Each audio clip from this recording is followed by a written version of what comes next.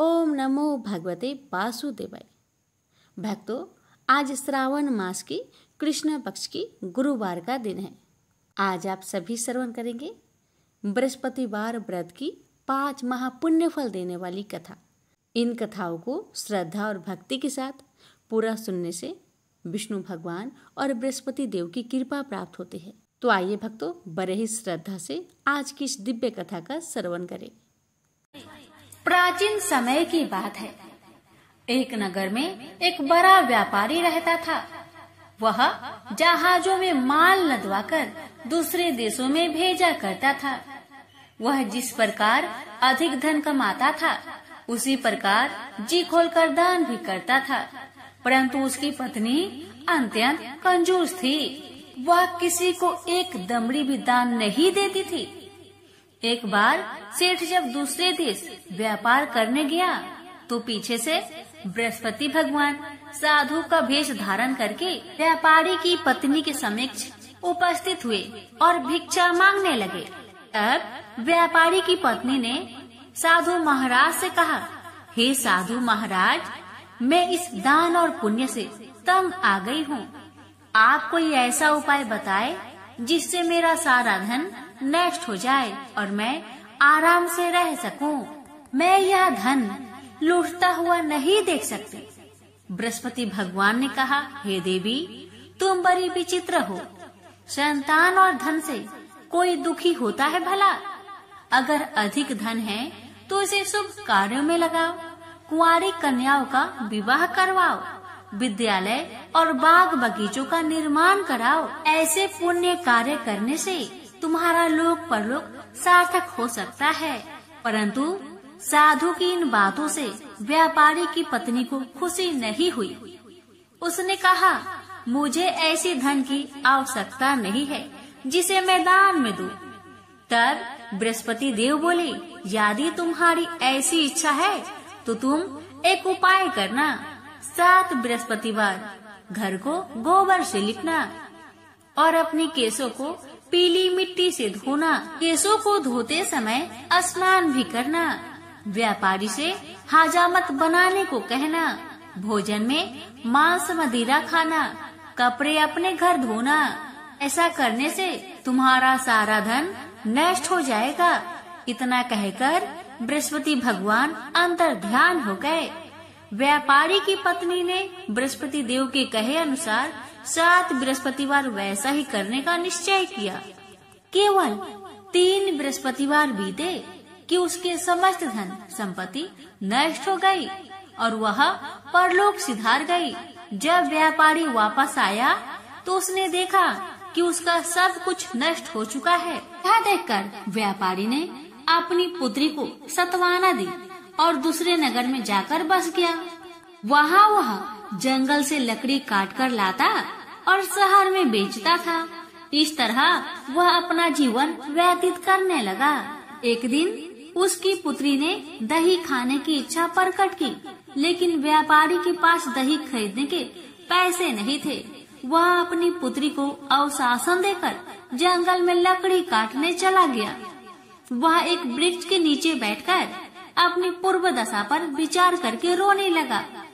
उस दिन बृहस्पतिवार का दिन था। तभी वहाँ बृहस्पति देव साधु के रूप में सेठ के पास आए और बोले, हे मनुष्य, तू इस जंगल में किस चिंता में बैठा है? तब व्यापारी बोला, हे महाराज, आप सब कुछ जानते हैं। इतना कहकर व्यापारी अपनी कहानी सुनाकर रो पड़ा। बृहस्पति भगवान बोले, देखो बेटा, तुम्हारी पत्नी ने बृहस्पति देव का अपमान किया था, इसी कारण तुम्हारा यह हाल हुआ है। लेकिन अब तुम किसी प्रकार की चिंता मत करो। तुम गुरुवार के दिन बृहस्पति देव का पाठ करो। 2 पैसे के चने और गुड़ को लेकर जल के लोटे में शक्कर डालकर वह अमृत और प्रसाद अपने परिवार के सदस्यों और कथा सुनने वालों को बांट दो। स्वयं भी प्रसाद और चरणामृत लो। भगवान तुम्हारा अवश्य कल्याण करेंगे। साधु की बात सुनकर व्यापारी बोला, महाराज, मुझे तो इतना भी नहीं बचता कि मैं अपनी पुत्री को दही लाकर दे सकूं। इस पर साधु महाराज जी बोले, तुम लकड़ियां शहर में बेचने जाना, तुम्हें लकड़ियों के दाम पहले से चौगुने मिलेंगे, जिससे तुम्हारे सारे कार्य सिद्ध हो जाएंगे। उसने लकड़ियां काटी और शहर में लकड़ियां बेचने चल पड़ा। उसकी लकड़ियां अच्छे दाम में बिक गई, जिससे उसने अपनी पुत्री के लिए दही लिया और साथ ही साथ गुरुवार की कथा हेतु चना गुड़ लेकर कथा की और प्रसाद बांटकर स्वयं भी खाया। उसी दिन से उसकी सभी कठिनाइयां दूर होने लगी, परंतु अगले बृहस्पतिवार को वह कथा करना भूल गया। अगले दिन वहाँ के राजा ने एक बड़े यज्ञ का आयोजन कर पूरे नगर के लोगों के लिए भोजन का आयोजन किया। राजा की आज्ञा अनुसार पूरा नगर राजा के महल में भोज करने गया, लेकिन व्यापारी व उसकी पुत्री तनिक विलंब से पहुँचे। अतः उन दोनों को राजा ने महल में ले जाकर भोजन कराया। जब वे दोनों लौटकर आए, तब रानी ने देखा कि उनका खूंटी पर टंगा हार गायब है। रानी को व्यापारी और उसकी पुत्री पर संदेह हुआ कि उसका हार उन दोनों ने ही चुराया है। रानी ने सारा कहानी राजा को सुनाया। फिर राजा की आज्ञा से उन दोनों को कारावास की कोठरी में कैद कर दिया गया। कैद में पड़कर दोनों अत्यंत दुखी हुए। वहाँ उन्होंने बृहस्पति देवता को याद किया। बृहस्पति देव ने प्रकट होकर व्यापारी को उसकी भूल का आभास कराया और उन्हें सलाह दी कि गुरुवार के दिन कैद खाने के दरवाजे पर तुम्हें 2 पैसे मिलेंगे। उनसे तुम चने और मुनक्का मंगवाकर विधि पूर्वक बृहस्पति देवता का पूजन करो, तुम्हारे सब दुख दूर हो जाएंगे। बृहस्पतिवार को कैद खाने के द्वार पर उन्हें 2 पैसे मिले। बाहर सड़क पर एक स्त्री जा रही थी। व्यापारी ने उसे बुलाकर गुड़ और चने लाने को कहा। इस पर वह स्त्री बोली, मैं अपनी बहू के लिए गहने ले जा रही हूँ, मेरे पास समय नहीं है। इतना कहकर वह आगे चली गई। थोड़ी देर बाद वहाँ से एक और स्त्री निकली। व्यापारी ने उसे बुलाकर कहा कि हे बहन, मुझे बृहस्पतिवार की कथा करनी है, तुम मुझे 2 पैसे का गुड़ और चना लाकर दो। बृहस्पति देव का नाम सुनकर वह स्त्री बोली, भाई मैं तुम्हें अभी गुड़ और चना लाकर देती हूँ। मेरा इकलौता पुत्र मर गया है, मैं उसके लिए कफन लेने जा रही थी, लेकिन मैं पहले तुम्हारा काम करूँगी और उसके बाद मैं अपने पुत्र के लिए कफन लाऊंगी। वह स्त्री बाजार से व्यापारी के लिए गुड़ चना ले आई और स्वयं भी बृहस्पति देव की कथा सुनी। कथा समाप्त होने पर वह स्त्री कफन लेकर अपने घर गई। घर पर लोग उसके पुत्र की लाश को राम नाम सत्य है कहते हुए शमशान ले जाने की तैयारी कर रहे थे। स्त्री बोली, मुझे अपने लड़के का मुख देख लेने दो। अपने पुत्र का मुख देखकर उस स्त्री ने उसके मुंह में प्रसाद और चंद्रामृत डाला। प्रसाद और चंद्रामृत के प्रभाव से वह पुनः जीवित हो गया। पहली स्त्री जिसने बृहस्पति देव का निरादर किया था, वह जब अपने पुत्र की विवाह हेतु पुत्र वधू के लिए गहने लेकर लौटी और जैसे ही उसका पुत्र घोड़ी पर बैठकर निकला, वैसे ही घोड़ी ने ऐसी उछाल मारी कि वह घोड़ी से गिरकर मर गया। जहाँ देख स्त्री रो रो कर बृहस्पति देव से क्षमा याचना करने लगी। उस स्त्री की याचना से बृहस्पति देव साधु के वेश में वहाँ पहुंचकर कहने लगे, देवी तुम्हें अधिक विलाप करने की आवश्यकता नहीं है। यह बृहस्पति देव का अनादर करने का कारण हुआ है। तुम वापस जाकर मेरे भक्त से क्षमा मांगकर कथा सुनो, तब ही तुम्हारी मनोकामना पूर्ण होगी। जेल में जाकर उस स्त्री ने व्यापारी से माफी मांगी और कथा सुनी। कथा के उपरांत वह प्रसाद और चंद्रामृत लेकर अपने घर वापस आई। घर आकर उसने चंद्रामृत अपने मृत पुत्र के मुख में डाला। चंद्रामृत के प्रभाव से उसका पुत्र भी जीवित हो उठा। उसी रात बृहस्पति देव राजा के सपने में आए और बोले, हे राजन, तूने जिस व्यापारी और उसकी पुत्री को जेल में कैद कर रखा है, वह बिल्कुल निर्दोष है। तुम्हारी रानी का हार वहीं खूंटी पर टंगा है। दिन निकला तो राजा रानी ने हार पर खूंटी लटका हुआ देखा। राजा ने उस व्यापारी और उसकी पुत्री को रिहा कर दिया और उन्हें आधा राज्य देकर उसकी पुत्री का विवाह उच्च कुल में करवाकर दहेज में हीरे जवाहरात दिए। एक बार नारद मुनि जी ने भगवान विष्णु से पूछा, हे भगवान, आपका इस समय सबसे प्रिय भक्त कौन है? अब विष्णु तो भगवान है, सो झट से समझ गए अपने भक्त नारद मुनि की बात और मुस्कुराकर बोले, मेरा सबसे प्रिय भक्त उस गांव का एक मामूली किसान है। यह सुनकर नारद मुनि जी थोड़ा निराश हुए और फिर से एक प्रश्न किया, हे भगवान, आपका बड़ा भक्त तो मैं हूँ, तो फिर सबसे प्रिय क्यों नहीं? भगवान विष्णु जी ने नारद मुनि से कहा, इसका जवाब तो तुम खुद ही दोगे। जाओ, एक दिन उस किसान के घर रहो और फिर सारी बात मुझे बताना। नारद मुनि जी ने सुबह सवेरे उस किसान के घर पहुंच गए। देखा अभी अभी किसान जागा है और उसने सबसे पहले अपने जानवरों को चारा दिया, फिर मुंह हाथ धोए दैनिक कार्यों से निर्वृत्त हुआ। जल्दी जल्दी भगवान का नाम लिया, रूखी सूखी रोटी खाकर जल्दी जल्दी अपने खेतों पर चला गया। सारा दिन खेतों में काम किया, शाम को वापस घर आया, जानवरों को अपनी अपनी जगह बांधा, उन्हें चारा पानी डाला, हाथ पांव धोए, कुल्ला किया, फिर थोड़ी देर भगवान का नाम लिया, फिर परिवार के संग बैठकर खाना खाया और कुछ बातें की और फिर सो गया। अब सारा दिन यह सब देखकर नारद मुनि जी भगवान विष्णु के पास वापिस आए और बोले, भगवान, मैं आज सारा दिन उस किसान के संग रहा, लेकिन वो तो ढंग से आपका नाम भी नहीं ले सकता। उसने थोड़ी देर सुबह, थोड़ी देर शाम को, और वो भी जल्दी जल्दी आपका ध्यान किया, और मैं तो 24 घंटे सिर्फ आपका ही नाम जपता हूँ। क्या अभी आपका सबसे प्रिय भक्त वो गरीब किसान ही है?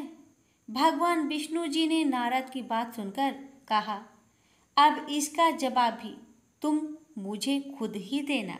भगवान विष्णु जी ने एक कलश अमृत से भरा नारद मुनि को थमाया और बोले, इस कलश को लेकर तुम तीनों लोकों की परिक्रमा करके आओ, लेकिन ध्यान रहे अगर एक बूंद भी अमृत नीचे गिरा तो तुम्हारी सारी भक्ति और पुण्य नष्ट हो जाएंगे।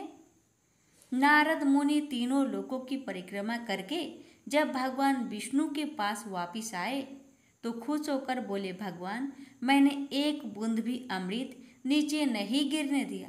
विष्णु भगवान ने पूछा, और इस दौरान तुमने मेरा नाम कितनी बार लिया, मेरा स्मरण कितनी बार किया? तो नारद बोले, अरे भगवान जी, मेरा तो सारा ध्यान इस अमृत पर था, फिर आपका ध्यान कैसे करता? भगवान विष्णु ने कहा, हे नारद, देखो उस किसान को, वो अपना कर्म करते हुए भी नियमित रूप से मेरा स्मरण करता है, क्योंकि जो अपना कर्म करते हुए भी मेरा जाप करे वो ही मेरा सबसे प्रिय भक्त हुआ। और तुम तो सारे दिन खाली बैठे ही जप करते हो, और जब तुम्हें कर्म दिया तो मेरे लिए तुम्हारे पास समय ही नहीं था। तो नारद मुनि सब समझ गए और भगवान के चरण पकड़ लिए और बोले, हे भगवान, आपने मेरा अहंकार तोड़ दिया, आप धन्य हैं। तो प्रेम से बोलिए, विष्णु भगवान की जय। एक बार भृगु ऋषि ने जानना चाहा कि ब्रह्मा, विष्णु और महेश में कौन सबसे श्रेष्ठ है। वह बारी बारी से सबके पास गए। ब्रह्मा और महेश ने भृगु को पहचाना तक नहीं, न ही आदर दिया। इसके बाद भृगु विष्णु के यहाँ गए। विष्णु उस समय विश्राम कर रहे थे। लक्ष्मी उनके पैर दबा रही थी। भृगु ने पहुंचते ही कुछ न कहा न सुना और विष्णु की छाती पर पैर से प्रहार कर दिया। लक्ष्मी यह देखकर भौंकचक्की रह गई, किंतु विष्णु ने भृगु का पैर पकड़कर विनीत भाव से कहा, मुनिवर, आपके कोमल पैर में चोट लगी होगी, इसके लिए क्षमा करें। लक्ष्मी को विष्णु की इस नम्रता पर बड़ा क्रोध आया। वे भगवान विष्णु से नाराज होकर भूलोक में आ गई तथा कोल्हापुर में रहने लगी। लक्ष्मी की चले जाने से विष्णु को लगा कि उनका श्री और वैभव ही नष्ट हो गया। उनका मन बड़ा अशांत रहने लगा। लक्ष्मी को ढूंढने के लिए वे श्रीनिवास के नाम से भूलोक में आए। घूमते घूमते वे बेक्टाचल में पर्वत क्षेत्र में बकुला माई के आश्रम में पहुंचे। बकुला माई ने उनकी बड़ी आव भगत की और उन्हें आश्रम में ही रहने को कहा। एक दिन जंगल में एक मतवाला हाथी आया। आश्रमवासी डरकर इधर उधर भागने लगे। श्रीनिवास ने यह देखा तो धनुष बाण लेकर हाथी का पीछा किया। हाथी डरकर भागा और घने जंगल में अदृश्य हो गया। श्रीनिवास उसका पीछा करते करते थक गए थे। वे एक सरोवर के किनारे वृक्ष की छाया में लेट गए। उन्हें हल्की सी झपकी आ गई। थोड़ी देर शोर सुनकर वे जागे। देखा 4-6 लड़कियां उन्हें घेर खड़ी है। श्रीनिवास को जागा हुआ देखकर वे टपक कर बोली, यह हमारी राजकुमारी पद्मावती का सुरक्षित उपवन है। यहाँ पुरुषों का आना मना है। तुम यहाँ कैसे और क्यों आए? श्रीनिवास कुछ जवाब दे इससे पहले ही उनकी दृष्टि वृक्ष की ओर से झांकती राजकुमारी की ओर गई। श्रीनिवास पद्मावती को एकटक देखते रह गए। थोड़ा संयत होकर कहा, देवियों, मुझे पता नहीं था। मैं एक शिकार का पीछा करता हुआ यहाँ आया था। थक जाने पर मुझे नींद आ गई थी, क्षमा करे। श्रीनिवास आश्रम में लौट तो आए, किंतु बड़े उदास रहने लगे। एक दिन बकुला माई ने बड़े प्यार से उनकी उदासी का कारण पूछा।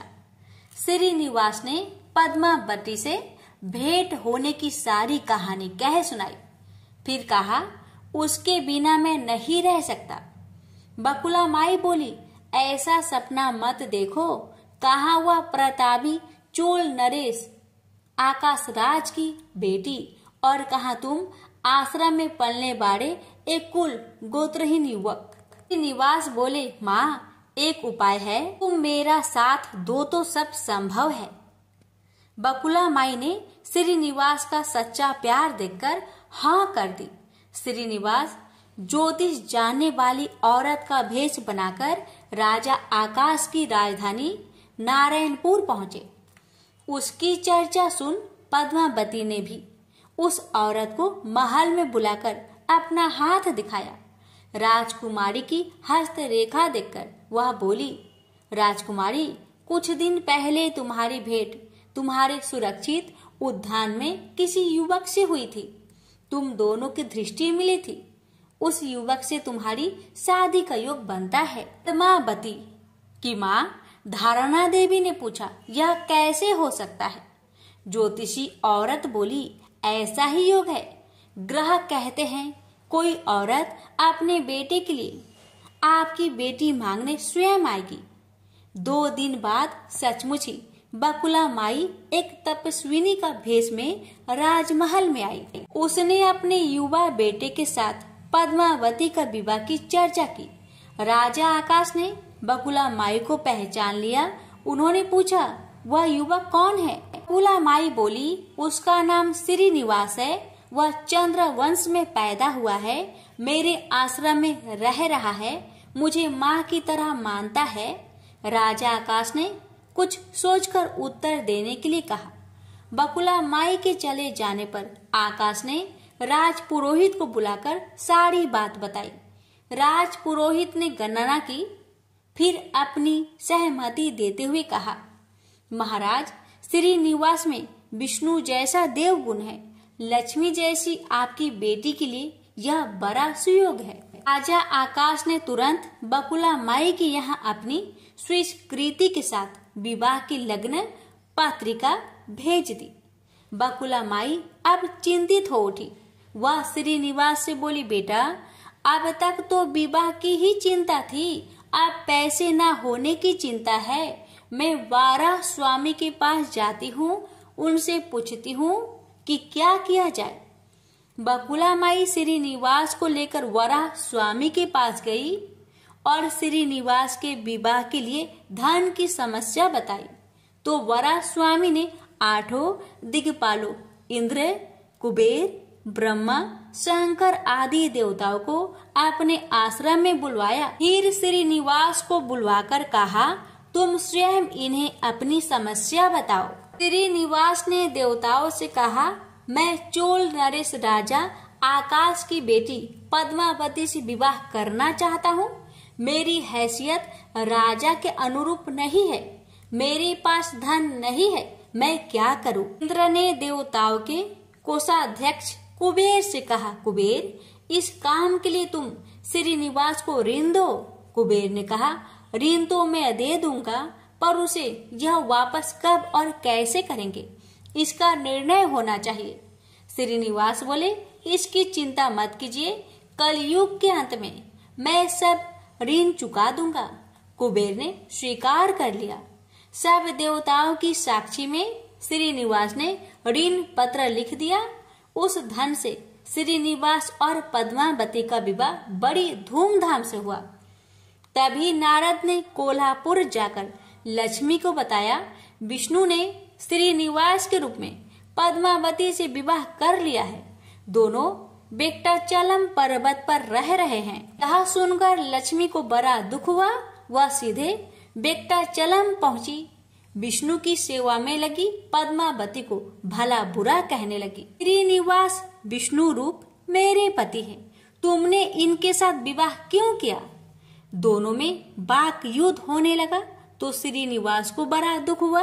वे पीछे हटे और पत्थर की मूर्ति के रूप में बदल गए। जब दोनों देवियों ने यह देखा तो उन्हें बड़ा दुख हुआ कि श्रीनिवास तो अब किसी के न रहे। इतने में शीला विग्रह से आवाज आई, देवियों अब मैं इस पत्थर पर वेंकटेश्वर स्वामी के नाम से अपने भक्तों का अभिष्ट पूरा करता रहूंगा। उनसे प्राप्त चढ़ावे के धन द्वारा कुबेर के कर्ज का ब्याज चुकाता रहूंगा। इसलिए तुम दोनों मेरे लिए आपस में झगड़ा मत करो। शीला विग्रह से यह वाणी सुनते ही लक्ष्मी और पद्मावती दोनों ने सिर झुका लिया।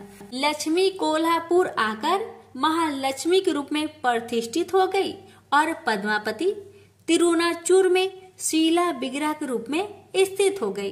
आज भी तिरुपति क्षेत्र में तिरुमाला पहाड़ी पर भगवान वेंकटेश्वर स्वामी के दर्शन हेतु भक्त गणों से इसी भाव से शुल्क लिया जाता है। उनकी पूजा पुष्प मिष्ठान आदि से ना होकर धन द्रव्य से होती है। इसी धन से भगवान श्रीनिवास वेंकटेश्वर स्वामी कुबेर का कर्ज चुका रहे हैं। प्रेम से बोलिए जय श्री हरि। हे लक्ष्मी नारायण, आपकी कथा कहने वाले, सुनने वाले, हुक्कार भरने वाले सभी भक्तों पर अपनी कृपा सदा सर्वदा बनाए रखेगा। तो प्रेम से बोलिए लक्ष्मी नारायण भगवान की जय। दक्षिण भारत में स्थित कांचीपुरी में चोल वंशीय राजाओं का राज्य था। तत्कालीन चोल राजा भगवान विष्णु का बड़ा भक्त था। वह अनंत शयन मंदिर में भगवान विष्णु की पूजा राजकीय अलंकरणों से किया करता था। मूर्ति की श्रृंगारिक पूजा कर उसके मन में यह अहंकार भी पैदा होता था कि ऐसे दिव्य अलंकरणों से भगवान की श्रृंगारिक पूजा अन्य कोई नहीं करता। एक दिन वह पूजा करके उठा ही था कि इतने में उसके नगर का एक दीनहीन ब्राह्मण विष्णुदास हाथ में तुलसी तथा जल भरा कलश लेकर आया।